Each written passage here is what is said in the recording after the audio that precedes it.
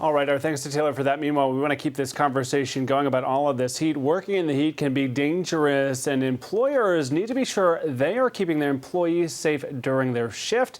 Here to talk about how you can do that is Scott Humphreys. You work in risk control at Travelers. It's nice to have you. Thank you, Keith. We drive around Connecticut. We see so many folks out and about working no matter what the conditions. They're out here in this heat for sure.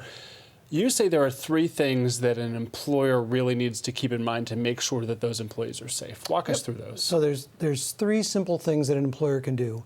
Number one is hydration. Make sure that they make sufficient amounts of water available for employees to drink.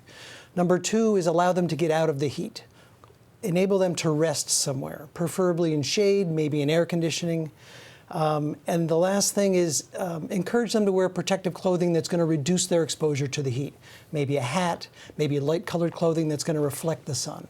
So I've been at this about 10 years, and this next bullet just went right over my head. I have never given it any thought, but you say there are people who also work inside that we may not even think about that also need to be careful because of the heat, people who work with chemicals or glass blowing, or what say you? So you think it's typically outdoors where primarily you're exposed, but if you work in a factory that has a process or equipment that emits heat, all of that is increasing the temperature that the employees are exposed to.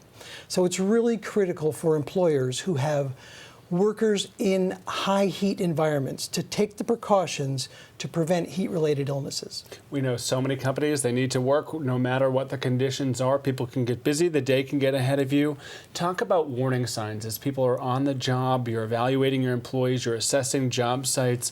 What are signs of trouble when it comes to the heat? So heat exhaustion is typically going to look like somebody is sweating and they're pale.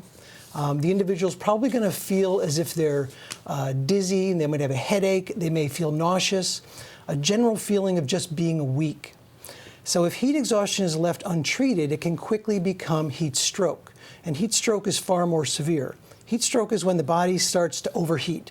So they've stopped sweating, the skin is dry and hot, they might be vomiting, they might be unconscious.